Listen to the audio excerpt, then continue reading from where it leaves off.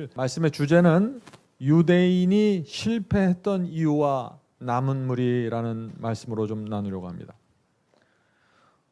로마서 1장에서 바울이 강조했던 것은 이 세상 전체 사형 선고가 내려져 있다는 것입니다.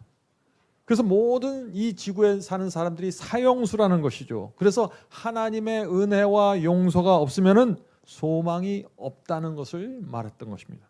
자, 그런데 이 로마 교회 안에 이 바울의 이 말씀을 인정하지 않는 한 그룹이 있었는데 그들이 누구일까요? 그들이 바로 유대인들, 유대파 그리스도인들이었습니다. 그들은 이 세상에 하나님의 저주와 진노가 내릴 것이지만 우리에게는, 우리 유대인들에게는 내리지 않는다고 철석같이 믿었습니다. 그래서 그들이 선민의식에 젖어서 교만에 빠지게 되었죠. 그래서 다른 이방인들과 우상 숭배자를 볼 때 어떻게 봤습니까? 저 사람들은 그저 지옥불에 던져질 땔감으로 그냥 바라보았던 것입니다. 바울은 그런 유대인들의 모습과 그들의 마음을 너무나 잘 알고 있었죠. 하나님께서 그들을 버릴 수밖에 없었던 이유를 이 바울은 너무나 잘 알았던 것입니다. 그래서 이 바울이 로마서 2장에서 이 유대인들의 위선과 그들의 죄를 철저하게 책망하고 무너뜨리기 시작하는 것입니다. 빛을 많이 받은 이 유대인들이 우상을 섬기던 이방인들보다 더 큰 죄인이라고 선포했습니다. 그 말을 들은 이 유대파 그리스도인들의 마음이 어땠을까요? 이 유대파 그리스도인들이 로마 교회에서 성경을 가르쳤던 지도자들로 일했었는데 지금 바울의 편지는 그들이 가장 큰 죄인이 될 수 있다고 지금 말하는 것입니다. 그래서 이 로마서 2장은 바울이 유대인이 실패했던 이유를 철저하게 파헤치고 있다 하는 것입니다. 자, 그들의 실패를 유대인들에게만 적용하면 우리는 아무 상관이 없죠. 그래서 유대인들이 실패했던 이유를 오늘날 우리에게 좀 적용해서 살펴봐야 한다 하는 것입니다. 자, 유대인들의 그 실패를 우리에게 어떻게 적용할 수 있을까요? 여러분들이 잘 아시는 것처럼 유대인들은 어떤 사람들입니까? 이 사람들은 조상 대대로 평생 동안 교회를 다녔던 사람들입니다. 그래서 오늘날 기독교로 말하면은요, 태어나면서부터 아니면 어렸을 때부터 교회를 다녔던 사람들이 이 유대인의 실패를 반복할 수 있다는 것입니다. 교회를 어렸을 때부터 다녔는데 조상 대대로 교회를 다녀서 유력한 가문에 속해 있는 사람들, 또 어렸을 때부터 교회 다녀서 많은 성경절과 율법을 외우고 있는 사람들, 교회의 의식과 절차와 순서와 교회법에 아주 정통한 사람들, 이런 분들은 정말 자랑할 것이 많죠. 교회에서 그런 분들이 대부분 모든 예식과 의식을 주도하고 있는 것입니다. 그런데 하나님께는 전혀 기쁨을 드릴 수 없다는 것입니다. 드리지 못할 수 있다는 것입니다. 마치 유대인들처럼 말이죠. 근데 어떻게 이런 일이 생길 수 있을까요? 교회에서는 기득권을 갖고 있고 모든 의식을 주도하는데 사람들로부터 사랑과 존경을 받지 못하고 하나님의 기쁨을 드리지 못하는 사람들 말이죠. 오히려 많은 사람들이 당신처럼 믿으려면 나는 안 믿겠다라는 반응을 나타내는 사람들이 될 수 있다는 것입니다. 누가요? 교회를 가장 오래 다닌 사람들이 말이죠. 마치 유대인들처럼. 이것이 유대인의 문제였습니다. 그래서 바울이 유대인을 책망하는 것입니다. 자, 로마서 2장 23절 보겠습니다. 로마서 2장 23절. 율법을 자랑하는 네가 율법을 범함으로 하나님을 욕되게 하느냐. 자, 유대인들이 수천 년 동안 하나님을 섬기던 사람들이었습니다. 그런데 하나님을 가장 욕되게 할 수 있다는 것입니다. 그렇게 했다는 것이죠. 성도 여러분, 이것이 우리에게 무엇을 말해주나요? 교회를 가장 오래 다녔던 교인들이 하나님을 가장 욕되게 할 수 있다는 것입니다. 어떻게 이런 일이 생길 수 있을까요? 왜냐하면 교회를 오래 다니면서 신앙의 형식은 익숙합니다.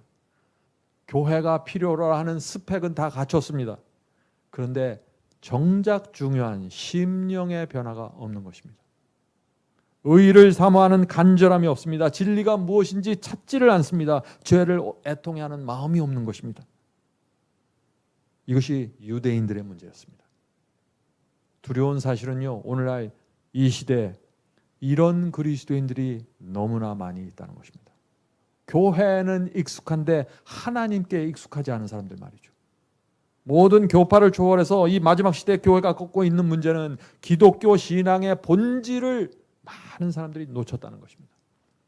바울은 그래서 로마서 2장 마지막 부분에 가서 이 1세기 초대교회에게 놀라운 사상을 제시합니다. 아마 그 당시 유대인들은요, 바울의 이 말씀을 듣고 아마 기절했을 것이에요.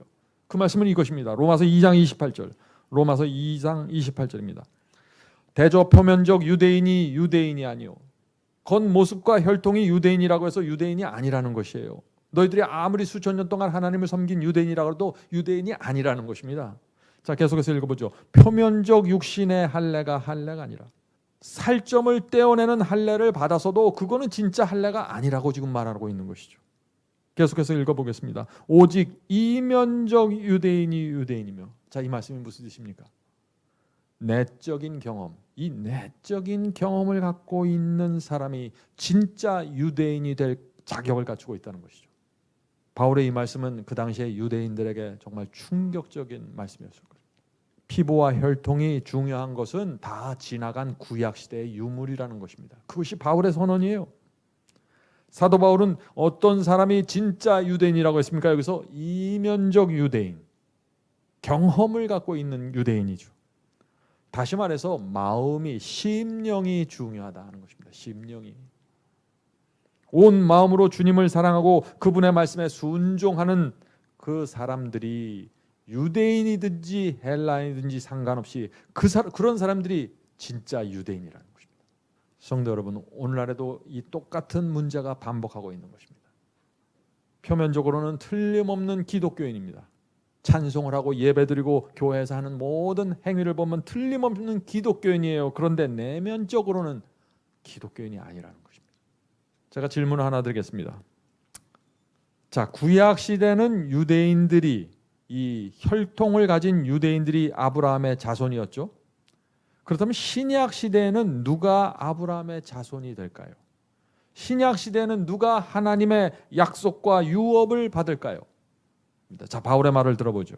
갈라디아 3장 29절. 너희가 그리스도께 속한 자면 곧 아브라함의 자손이요. 자, 아브라함의 자손이 누구예요? 그리스도께 속한 자들입니다. 그리스도께 속한 자면 곧 아브라함의 자손이요 약속대로 유업을 받을 자니라. 여기에 오해할 여지가 전혀 없죠.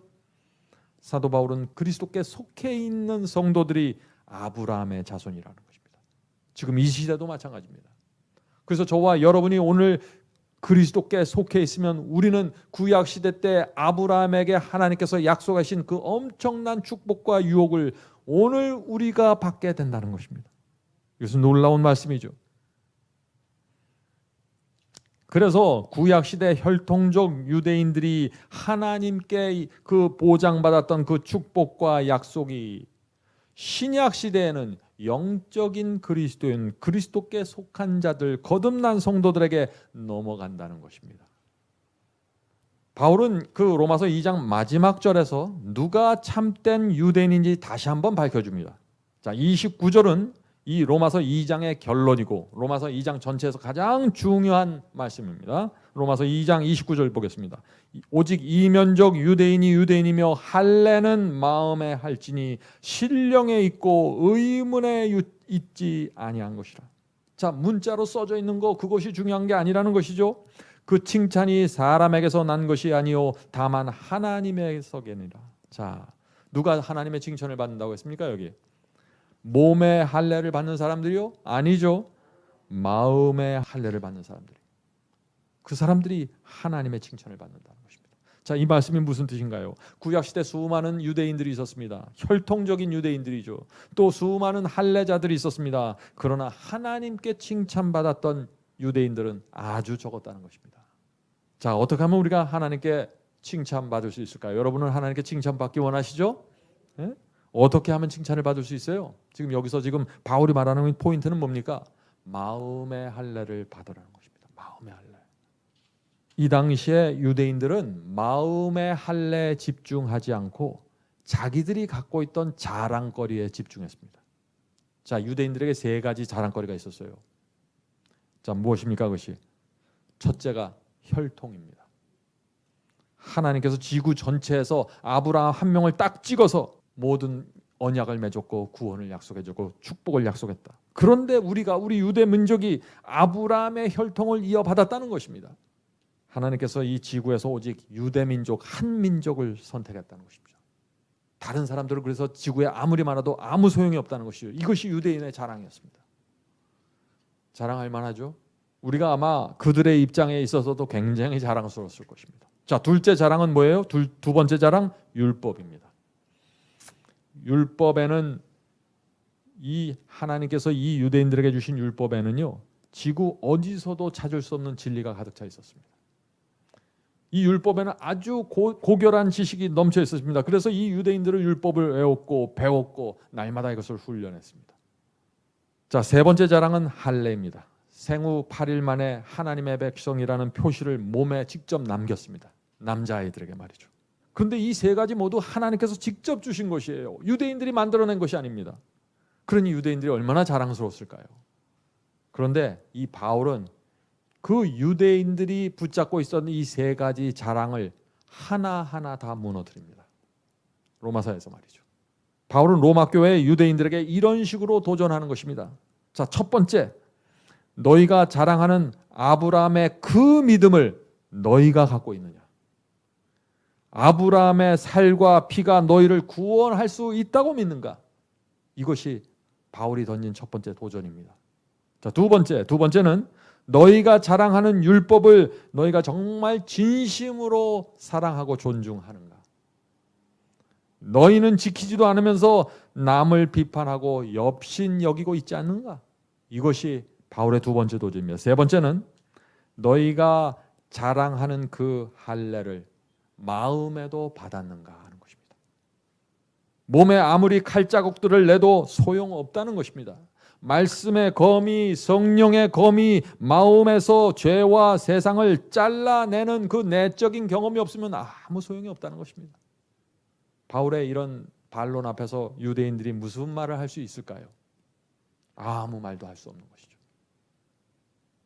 성도 여러분, 이 바울은 왜 유대인들이 그 몸에 받은 그 할례를 아주 의미 없는 것으로 여겼을까요? 이 할례라는 것은 사실 몸의 건강에 유익한 것입니다. 위생적인 것이죠. 그런데 이 할례를 별로 의미 없는 것으로 취급했어요. 로마서에서. 왜 그럴까요? 할례는 받았는데 순종하지 않기 때문입니다. 할례는 받았는데 하나님을 사랑하지도 않고 진리를 가슴 깊이 받아들이지도 않았습니다. 형식과 의식으로 지킨 것입니다. 진심으로 순종하고자 하는 간절한 심령이 없었습니다. 날마다 양을 잡아서 피를 뿌렸지만 하나님 마음에 있는 그 고통을 이해하지 못했습니다. 그래서 세월이 지나가면서 유대인들이 결국 어떻게 됐습니까?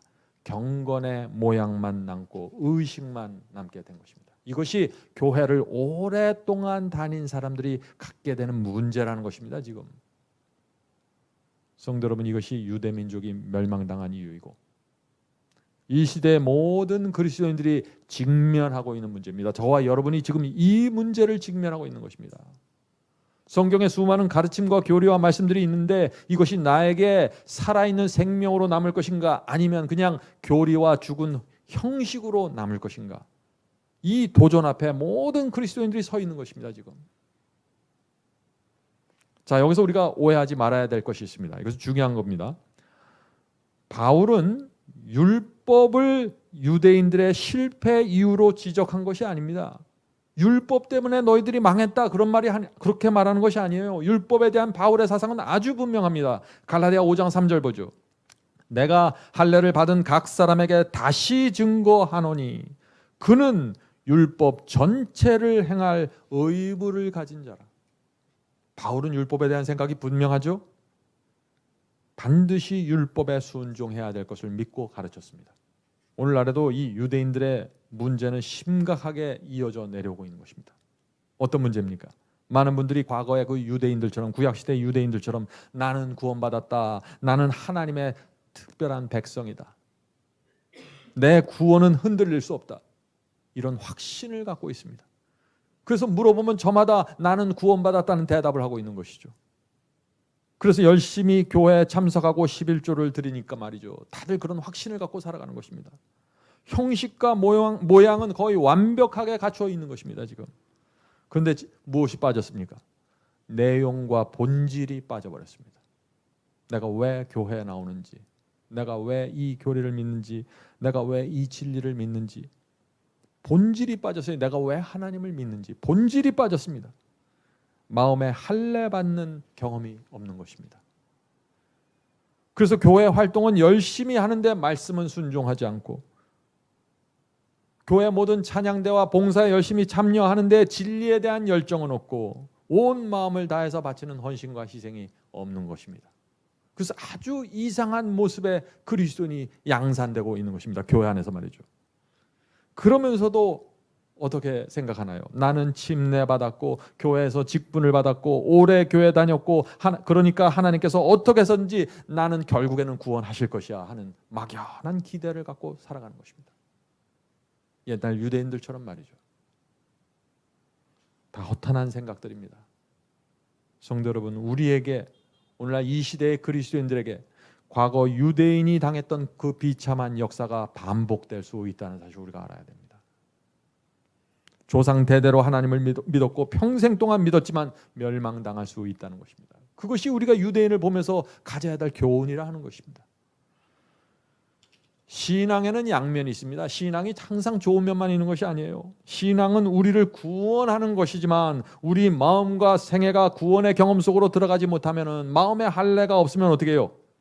신앙은 아주 무섭고 참담한 결과를 우리에게 가져와 버립니다. 그러므로 우리가 진지한 마음으로 이 신앙을 살펴야 되는 것이죠. 우리가 어떻게 믿어야 되는지. 자, 할례가 무엇입니까? 할례는 우리가 아는 것처럼 몸에서 신체 일부를 잘라내는 것이죠. 자, 그렇다면은 마음의 할례를 받으라고 지금 바울이 얘기하고 있는데, 마음의 할례를 받는다는 것이 어떤 경험입니까?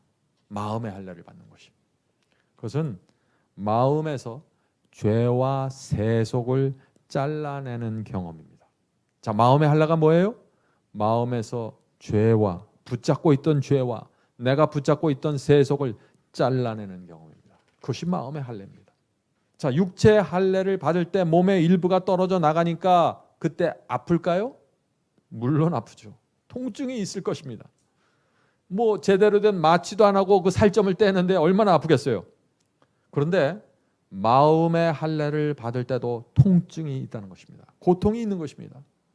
마음으로부터 죄와 세속이 떨어져 나갈 때 말할 수 없는 고통이 있을 수 있다는 것입니다. 이 세상에서 내가 마치 바보가 되는 두려움이 있습니다. 외로움이 밀려옵니다. 오랫동안 애주중지하고 내가 아끼던 그 악한 습관들과 죄를 잘라낼 때 고통스러운 것입니다. 쉬운 게 아니에요. 그래서 예수께서 죄를 잘라내는 할례의 고통을 이렇게 설명하십니다. 예수님의 이 말씀을 잘 들어보세요. 오늘날 기독교에서 이 말씀을 전혀 가르치지 않는 말씀이죠. 마태복음 18장 8절부터 9절입니다. 마태복음 18장 8절부터 9절. 만일 네 손이나 네 발이 너를 범죄케 하거든 찍어내버리라. 불구자나 쩔뚝발이로 영생에 들어가는 것이 두 손과 두 발을 가지고 영원한 불에 던지는 것보다 나으리라. 만일 내 눈이 너를 범죄케 하거든 빼어내버리라. 한 눈으로 영생에 들어가는 것이 두 눈을 가지고 지옥불에 던지는 것보다 나으리라. 성도 여러분, 어떻게 예수께서 이렇게 끔찍한 말씀을 하실 수 있을까요? 죄를 잘라내는 고통이 아무리 클지라도 잘라내라는 것입니다. 필요하면은 발과 손을 자르고 눈을 빼는 것 같은 고통이 있을지라도 단호하게 할례하라는 것입니다. 그게 예수님의 가르침입니다. 왜 그럴까요? 그렇게 해야만 저와 여러분을 하늘로 데려갈 수 있기 때문입니다. 우리가 하늘까지 죄를 붙잡고 하늘까지 세속을 붙잡고 들어갈 수는 없는 것입니다.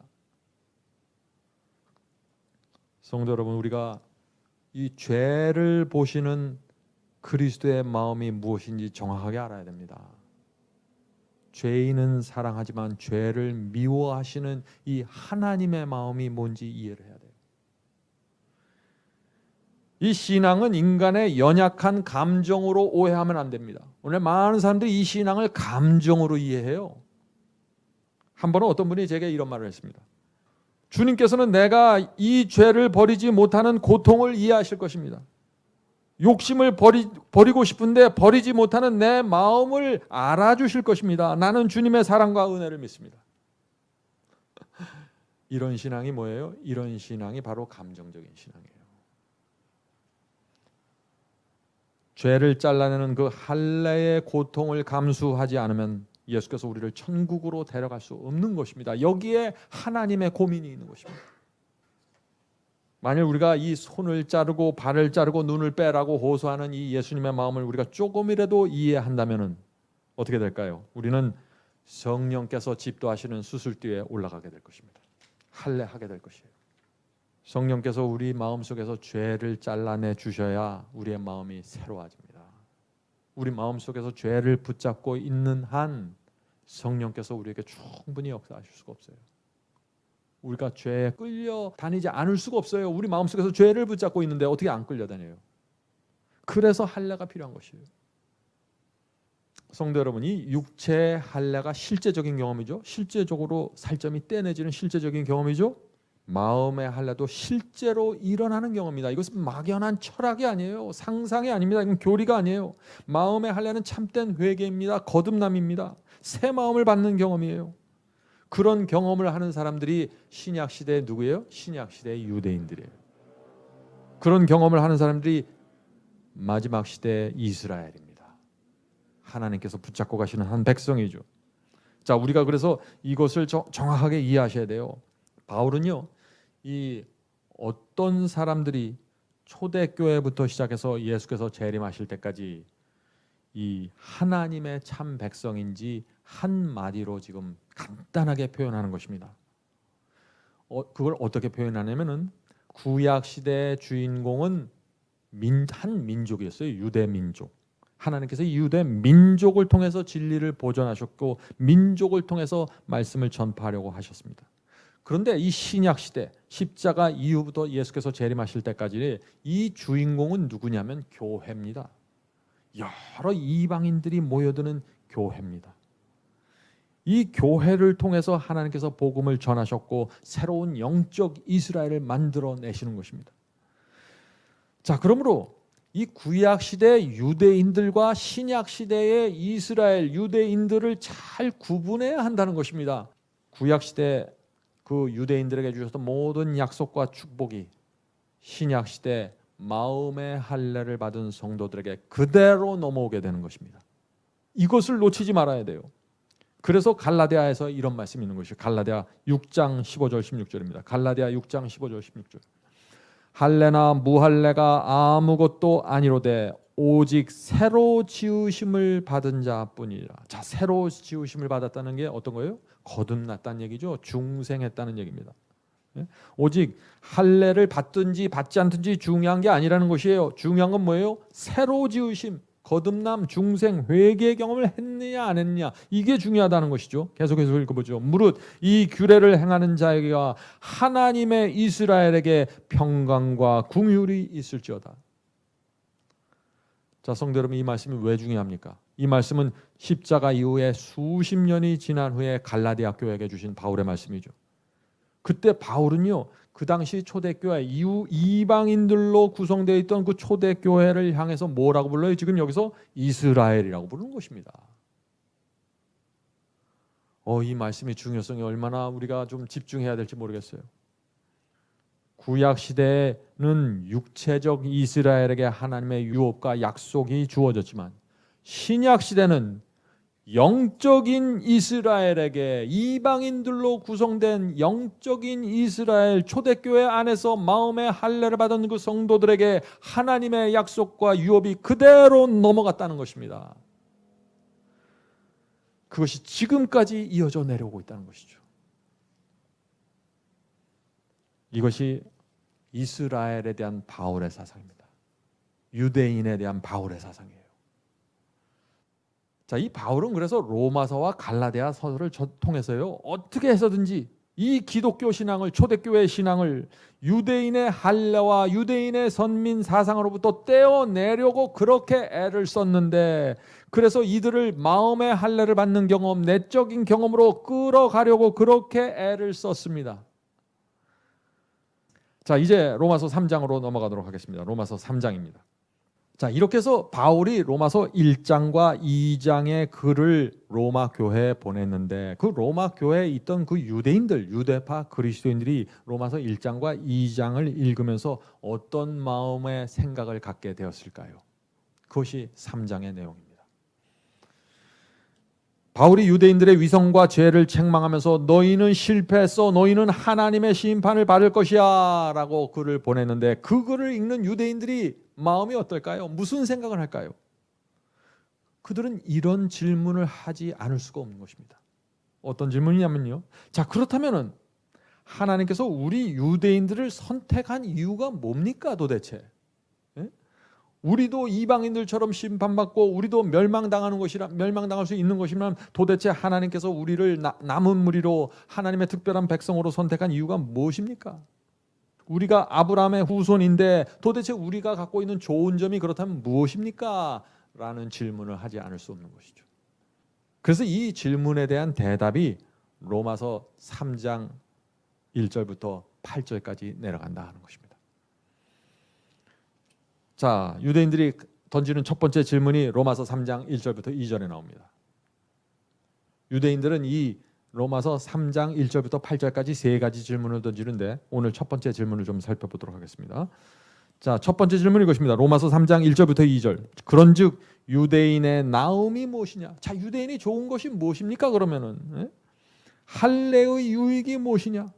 자, 이것이 유대인들이 던진 질문이에요. 자, 하나님의 특별한 백성인 우리도 심판받는다면은 우리가 도대체 좋은 게 남들보다 좋은 점이 무엇입니까? 하는 질문이죠. 자, 여기서 바울이 어떻게 대답할까요? 이 질문에 대해서. 지금 이 로마서 3장은 특별한 형식을 갖고 있습니다. 바울이 유대인들 마음속에 있는 질문을 가져다가 스스로 질문을 던지고 또 바울이 그 질문에 대답하는 형식으로 이 문장이 돼 있어요. 로마서 3장은. 자, 바울의 대답은 이렇습니다. 범사에 많으니 무슨 뜻인가요? 너희들 좋은 점이 많아. 좋은 점이 많아. 범사에 많아. 계속해서 읽어보죠. 범사에 많으니 첫째는 범사에 좋은 점이 많은데 첫 번째 좋은 점은 뭐예요? 첫 번째 좋은 점? 첫 번째는 저희가 하나님의 말씀을 맡았음이니라. 가장 유대인들 너희들이 가장 갖고 있는 유익은 뭐냐? 하나님께서 너희들에게 말씀을 주셨잖아. 너희들이 말씀을 보관하고 있잖아. 이 얘기를 하는 거예요. 성도 여러분, 잊지 마세요. 이것이 남은 무리의 특징입니다. 남은 무리의 특징 뭐예요? 하나님의 말씀을 맡고 있는 자들입니다. 많은 사람들이 남은 무리가 되길 원하죠. 어떻게 해야 됩니까? 하나님의 말씀을 맡아야 돼요, 내가. 그래서 각 시대마다 이 남은 무리는 하나님의 말씀에 대한 정확한 지식을 갖고 있었습니다. 분명한 진리의 빛을 갖고 있었어요. 그들은 하나님의 뜻이 무엇인지, 하나님의 율법이 무엇을 요구하는지 정확하게 알고 있었습니다. 남은 무리입니다, 그들이. 그래서 구약시대의 남은 무리인 이 유대인들에게도 하나님께서 이런 특권을 주셨어요. 신명기 4장 6절부터 8절입니다. 신명기 4장 6절부터 8절. 이 말씀의 내용이 유대인들에게만 적용되는 것이 아니라 매 시대마다 남은 무리에게 이런 특징과 특권이 주어지는 것입니다. 자, 읽겠습니다. 신명기 4장 6절부터 8절. 너희는 지켜 행하라. 그리하면 열국 앞에 너희는 지혜요 너희의 지식이라. 그렇죠? 이 남은 무리가 되면 지혜를 받고 지식을 받게 되는 거예요.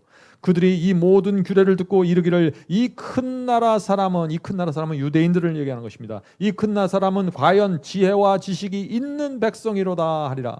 우리 하나님 여호와께서는 우리가 그에게 기도할 때마다 우리에게 가까이 하심 같이 그 신의 가까이 함을 얻는 나라가 어디 있느냐. 이 남은 무리가 기도할 때는 하나님께서 가까이 오신다는 것이에요. 남은 무리의 특징입니다.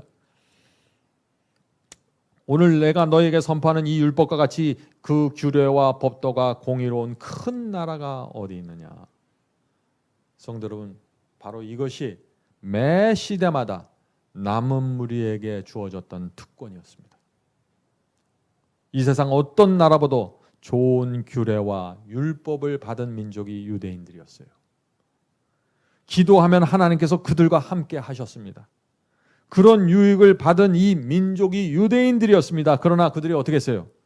그들이 받은 빛과 말씀과 특권을 따라서 살지 않고 메시아를 죽였습니다. 마음의 할례를 받는 경험을 놓쳐버렸습니다. 교만해졌습니다. 그래서 하나님께서 그들을 버리시고 그 유대인들, 혈통적 유대인들에게 줬던 진리와 빛과 그 모든 특권을 이면적 유대인들, 마음의 할례를 받은 이면적 유대인들에게 넘겨주셨다 하는 것입니다. 그것이 누구예요? 초대교회입니다. 12사도가 되온 초대교회. 그 초대교회의 정신과 사상과 진리가 지금 이 시대까지 쭉 이어져 내려오는 것입니다. 누구를 통해서요? 남은 무리를 통해서.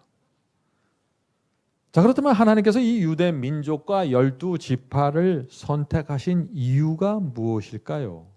우리가 이것을 잘 알아야 됩니다. 남은 무리도 멸망당할 수 있고 심판받는다면 이 남은 무리를 선택하시는 하나님의 이유와 기대가 뭐냐 이거예요.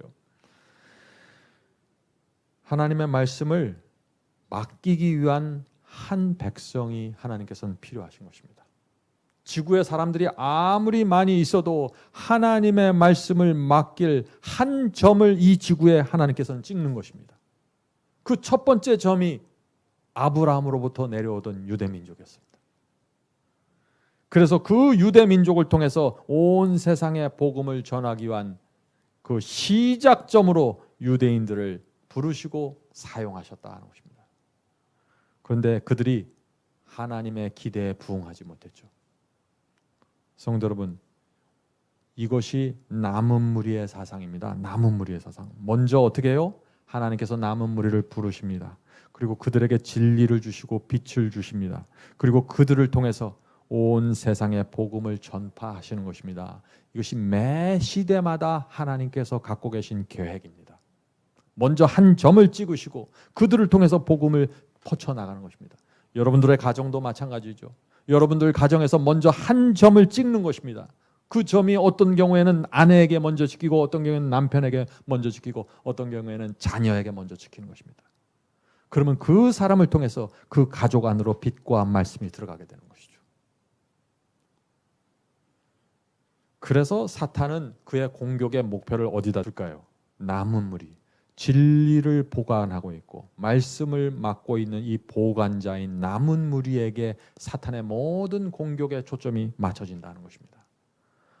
왜 그럴까요? 그들만 없애면은 진리가 사라집니다.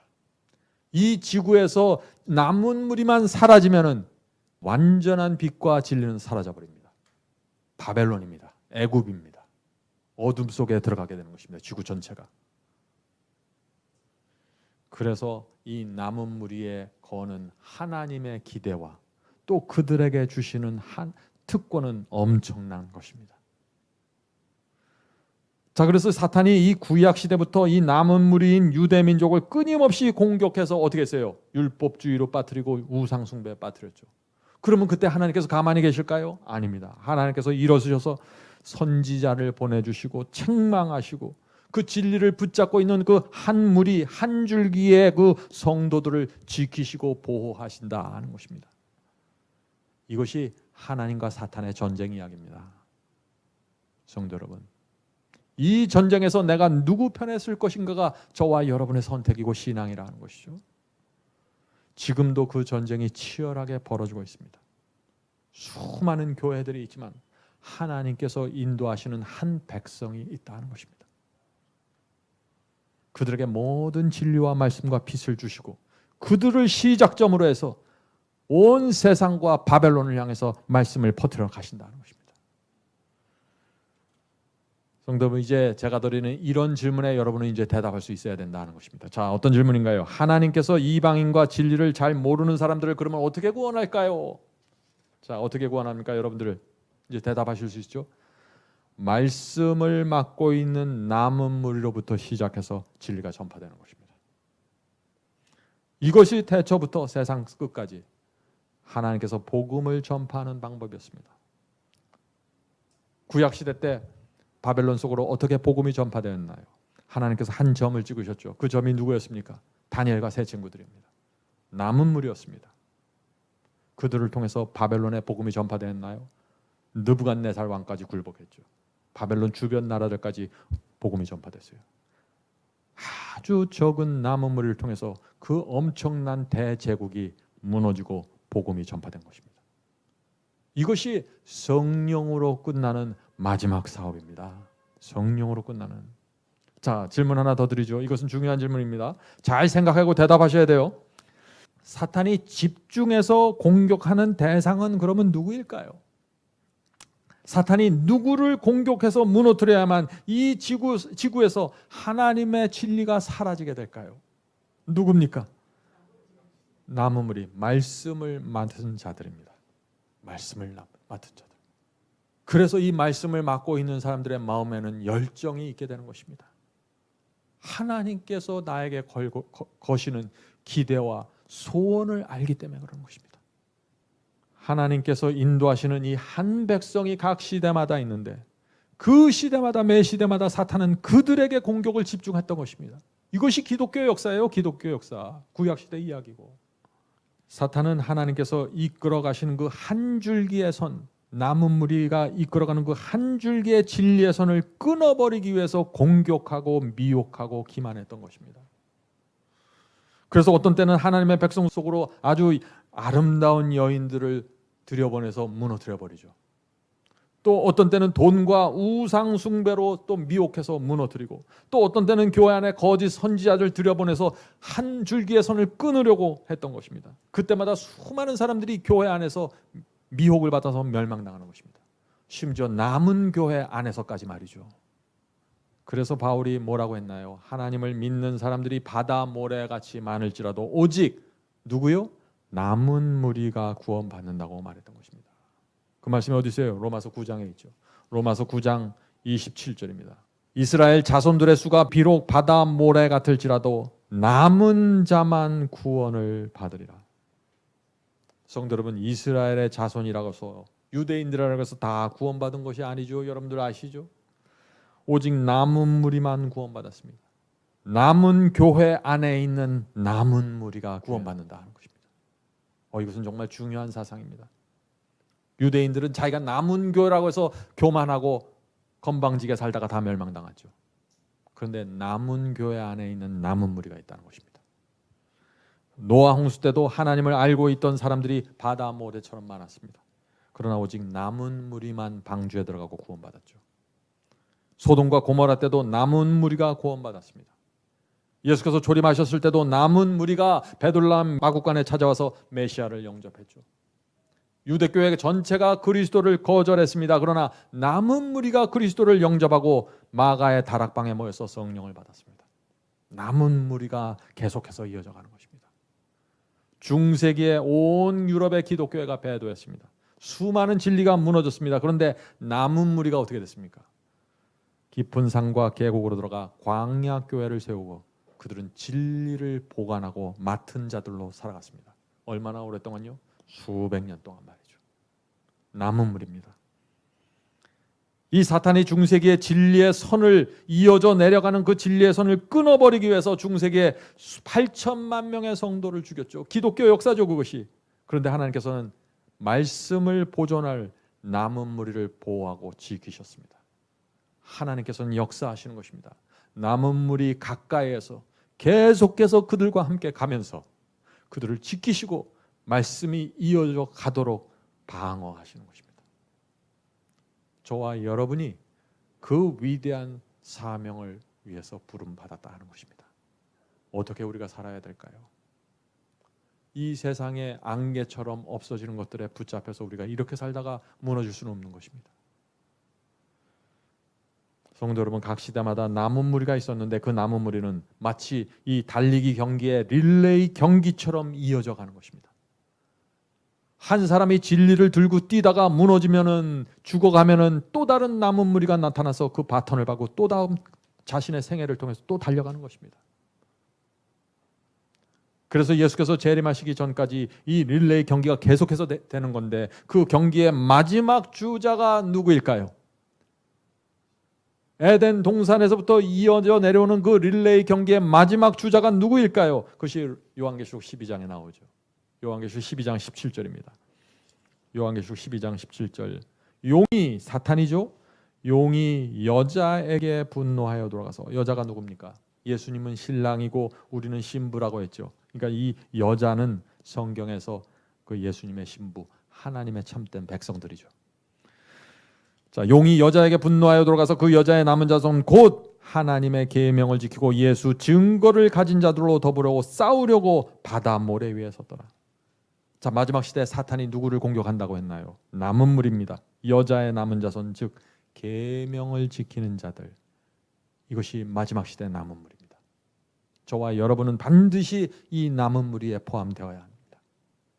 여러분의 상황이 어떻든지 간에, 여러분의 백그라운드가 어떻든지 간에, 여러분의 교파와 조건이 어떠하든지 간에 무조건 마지막 시대가 되면 이 계명을 지키는 성도들이 되어야 한다는 것입니다. 하나님께서 이들을 붙잡고 마지막 전쟁을 치르시고 승리하시고 예수께서 재림하실 것입니다. 자, 그러면은 이 사탄이 이들을 치열하게 공격하겠죠? 아담 때부터 이어져 내려온 그 한 줄기 선을 이어져 가는데 이 한 줄기 진리의 선을 붙들고 가는 성도들이 계속해서 나타나는데 그때마다 사탄은 나타나서 그 선을 끊어버리려고 하는 것입니다. 자, 그 진리의 선을 끊는다는 것이 뭐예요? 그 진리를 이해한 사람들이 진리를 포기하게 만든다는 것입니다. 율법이 요구하는 그 요구가 무엇인지 정확하게 아는 사람들을 세상으로 미혹해서 세상으로 빠져나가게 한다는 것이에요. 진리를 붙잡고 뛰지 못하게 한다는 것입니다. 그것이 진리의 선을 끊어버린다는 것입니다. 저와 여러분이 이 시대에 그 진리의 선을 이어가는 성도들이 되어야 하는 것입니다. 우리는 부족하지만은 하나님께서 이 사명을 위해 저희 모두를 불러주셨다는 것을 믿고 살아야 되는 것입니다. 성도 여러분, 지금 이 시대는 인간의 눈으로 볼 때 참 위기의 시대입니다. 왜냐하면 이 진리를 있는 그대로 붙잡고 뛰어가는 성도들이 거의 보이지 않기 때문이죠. 위기의 시대입니다. 그러나 이 위기의 때 하나님께 충성하는 남은 무리가 밝은 빛을 나타내며 나타나는 것입니다. 어두우면 어두울수록 빛은 밝아지는 것이니까요. 자, 이 남은 무리를 가리켜서 이 사도 요한이 그들은 계명을 지킨다 했는데 이 많은 분들이 이 계명을 지킨다 그러면 율법주의를 연상해요. 이 그 말씀이 아니죠. 계명을 지킨다. 다니엘과 세 친구들처럼 하나님의 계명을 있는 그대로, 말씀을 있는 그대로 지키면서 순종한다는 것입니다. 그런 사람들이 남은 무리의 특징이죠. 자, 성도 여러분, 이 마지막에 여자의 후손이 나타나고 계명을 지키는 사람들이 나타난다고 했는데 이 마지막 교회가, 하나님의 교회가 하늘에서 어느 날 갑자기 뚝 떨어지는 게 아니에요. 그죠? 제가 릴레이 경기라고 했죠? 이 하나님께 충성하는 이 남은 무리 교회가 어디서 처음 시작했습니까? 에덴 동산에서 시작된 거예요. 아담과 하와가 첫 번째 교회였습니다.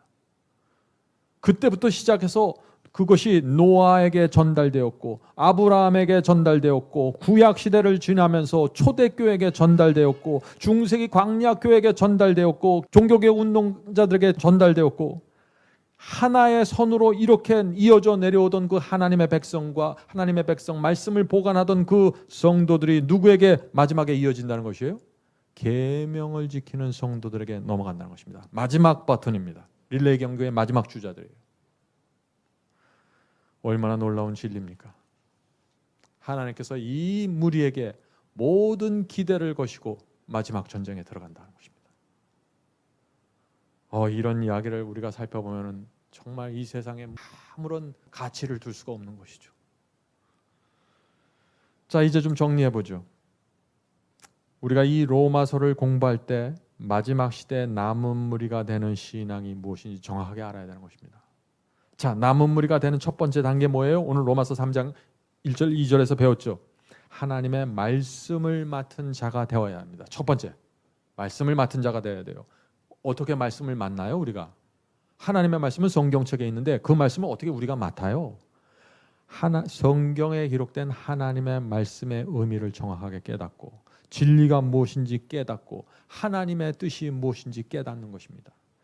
다니엘과 요한계시록에 나타난 하나님의 계시와 계획을 정확하게 이해하고 받는 것입니다. 말씀을 보관하는 것이에요. 그것이.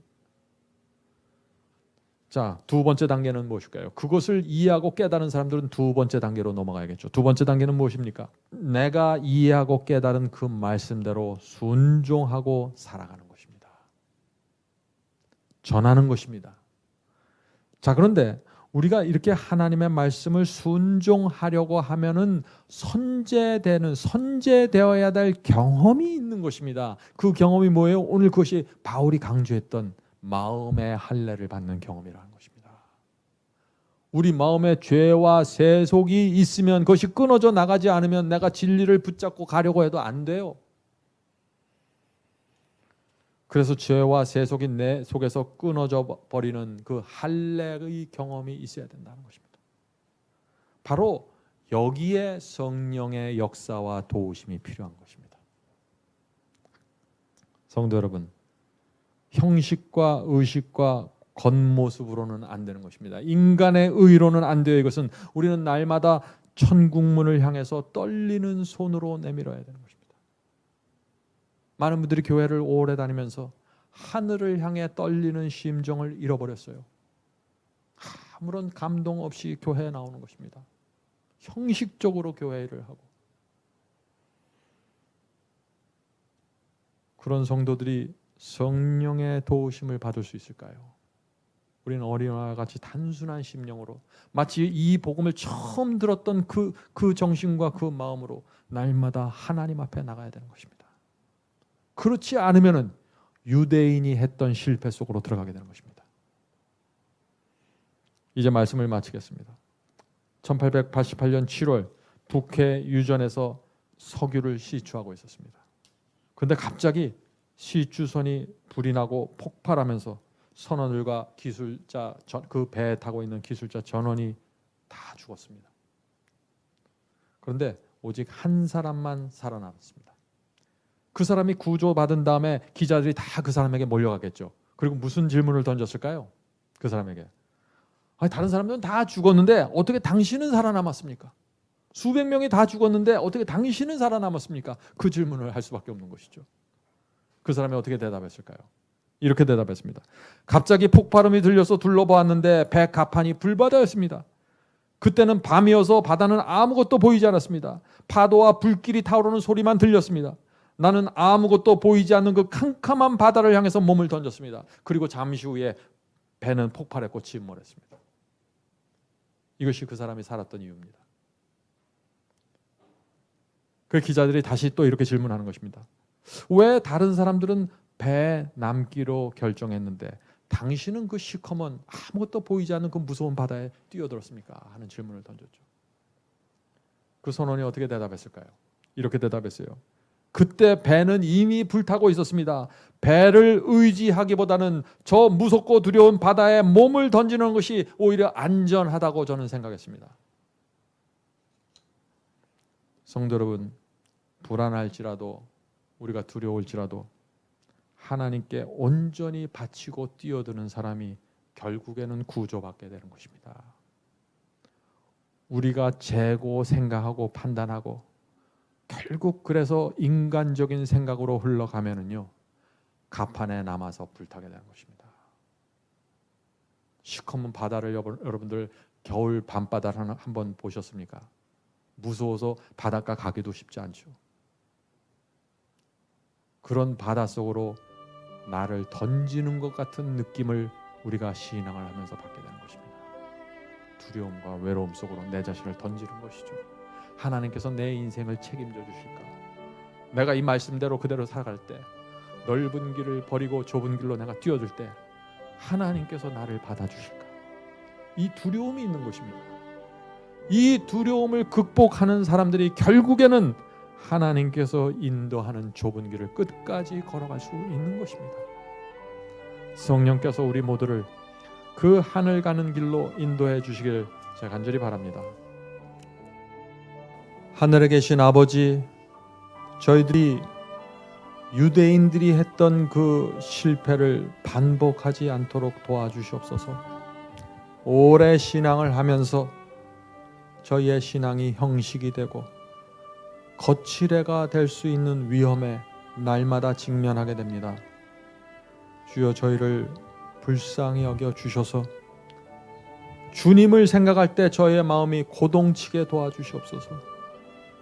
하나님의 진리를 만날 때마다 처음 보는 것처럼 그것을 붙잡게 도와주시옵소서. 하나님의 사랑과 은혜를 생각할 때마다 저희의 가슴이 아프고 시리도록 역사해 주시옵소서. 하늘에 계신 아버지, 저희가 다시 어린아이와 같은 신앙으로 돌아가기를 원합니다. 성령께서 강팍해진 저희의 마음을 부드럽게 해 주셔서 진리에 대한 감사가 그치지 않도록 도와주시옵소서. 알고 있는 말씀과 진리에 충성하는 그 기쁨이 무엇인지 날마다 새롭게 하여 주시옵소서. 마음에 할례 받는 경험, 그 경험이 계속해서 이루어질 수 있도록 하여 주시고, 하나님을 향한 저희의 봉사와 헌신이 형식과 죽은 의식이 되지 않도록 살려주시옵소서. 이 모든 말씀 예수님의 이름으로 간절히 기도드립니다. 아멘.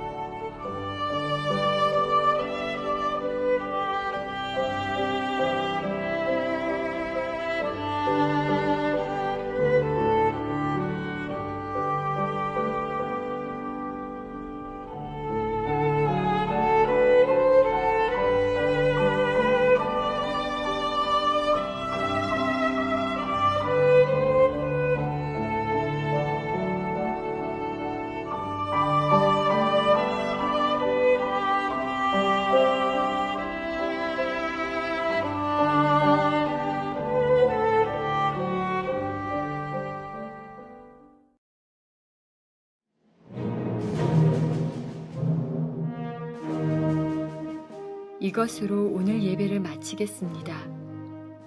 설교 말씀에 대한 감동이나 소감을 웹사이트 하단 게시판에 남겨주시면 감사하겠습니다. 사시는 지역 또는 나라와 함께 간증을 남겨주시면 우리 모두에게 큰 위로와 격려가 될 것입니다. 마지막 사명 사역을 위해 헌금하시기 원하시는 분들은 웹사이트 상단 헌금함에 드려주시기 바랍니다. 성도 여러분의 헌금은 복음을 전파하는 일에 소중히 사용됩니다. 그럼 다음 주 이 시간에 다시 뵙겠습니다. 마지막 사명 인터넷 교회 교우 여러분, 하나님의 은혜와 평강이 함께 하시길 간절히 바랍니다.